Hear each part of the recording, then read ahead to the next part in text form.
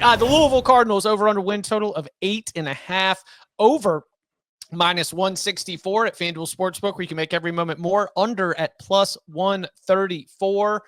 DK, got Miller Moss coming in. You and I were talking about Isaac Brown a little bit last year too. Great debut season for him. Wide receivers are back, some pieces to replace on defense. What do we think about the Cards going into year 3 with Jeff Brom? So this is the other team I was debating with Georgia Tech, and I'm probably more bullish on Louisville than I am on Georgia Tech. Chris Bell, the wide receiver, first team preseason All-ACC wide receiver. The ability to run the football is a quarterback's best friend. You mentioned Isaac Brown. He is explosive. You know what else is a quarterback's best friend? Is Jeff Brom, who has maximized almost every quarterback he's ever worked with. I still go back to the way Miller Moss started last season against Garrett Nussmeier. It's hard for me, like, once I see that version, and I know it got ugly, and I know he struggled with interceptions, but I do think there was some issues going around at USC. You know, they kind of started looking for the future. I don't know if that was all on him. I think now that it's his show with Jeff Brom, I think the schedule is very, very manageable. I like this Louisville team. I'm going to go over. I'm over as well. I like this roster. I mean, like, they played this basically the same Clemson team last year, and they looked bigger, stronger, faster in Death Valley. It wasn't a fluke. They have good personnel. I do like this team. Some of the road games are tricky, right? Like at Miami, if Miami is still locked in, it won't be easy. And Cristobal can point to, like, hey, they came down here and beat you guys last time. You know, at Pitt, certainly not easy. At Vatech, on short rest off Boston College, like, that's not easy. And at SMU, coming off Clemson, although you do get an extra day to prep for SMU there. That's the Friday, Saturday turnaround. But there's some teams on the schedule that I'm down on overall. Like, if to stay consistent, like if I'm taking under on BC and I'm taking under on Cal, and I'm certainly not a believer in Kentucky's rebuild, then, like, logically I have to go over. And I think this is probably, if you're picking a dark horse for the conference, I think this is it. Like if you have to pick a non-Clemson champion, I think this is the team. I like that. I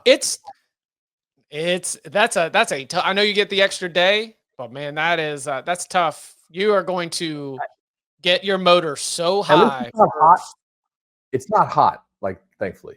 Like like SMU's field is really, really hot in September. Like I've stood on a thing over the summer. It's like, damn, this is a cooker, and it, like, playing them November 22nd kind of helps. That's true.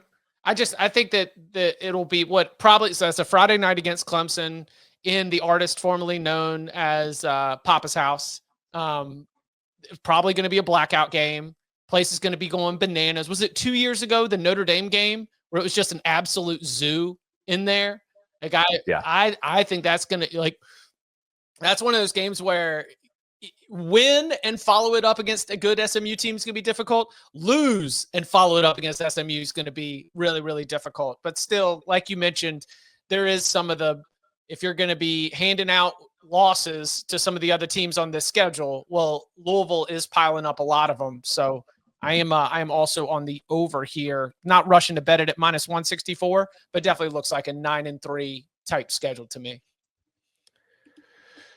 Well, I guess I'm the turd in the punch bowl. I'm slightly under here. I think 8-4 is more likely than 9-3. And also, I would say, we talked about alt totals.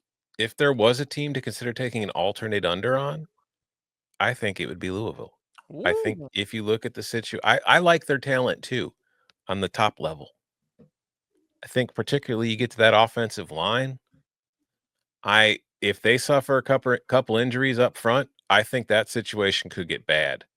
And I think with Miller Moss, he's not really a quarterback that I want playing behind a bad line. And I also think that Miller Moss, at times while he was adequate at USC, I don't think he is a difference maker. And I think that, like, they have a solid run game. I like their running backs. I really like Isaac Brown. I like Duke Watson. But at receiver, I have some questions. Colin Lacey was supposed to be a big deal last year. Didn't really have any kind of impact. We'll see how he does for Louisville. Chris Bell's good, but I don't know if he's like somebody I consider, alpha guy, like the guy that makes a huge difference in really big games. So I look at the schedule. I think they're going to lose on the road to Miami. I think they could very well lose to Clemson at home. And then you look at like that end, like SMU on the road the week before the Kentucky game. Like maybe you get caught sleeping a little bit there and SMU catches you, and then Kentucky might be, it's still a rivalry game against an SEC team. It's never something you want to take for granted. Like, I don't think 8-4 is completely out of line here. So I'm going under. But again, I might go like under 6.5 if you can find it.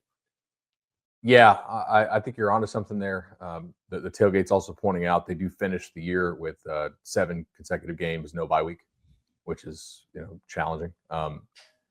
And like to Tom's point, the whole mercenary thing. I mean, this is a pretty it's a pretty transfer concocted team as well. So if they're out of it, could they quit? Possibly.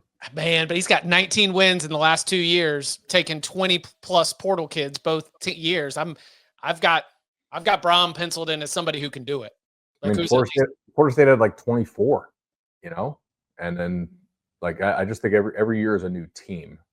But yeah, I think they do beat Kentucky. By the way, like Ryan and Chaz asked them to beat Kentucky.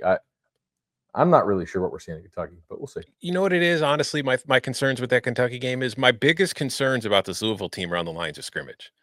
Well, even in a bad season, where's Kentucky at least generally decent? Oh, the lines of scrimmage. So it's like matchup wise, I feel like that could be a problem for them. If they suffer injuries, I just don't have a lot of faith in their depth on either side of the ball in that department. Cool.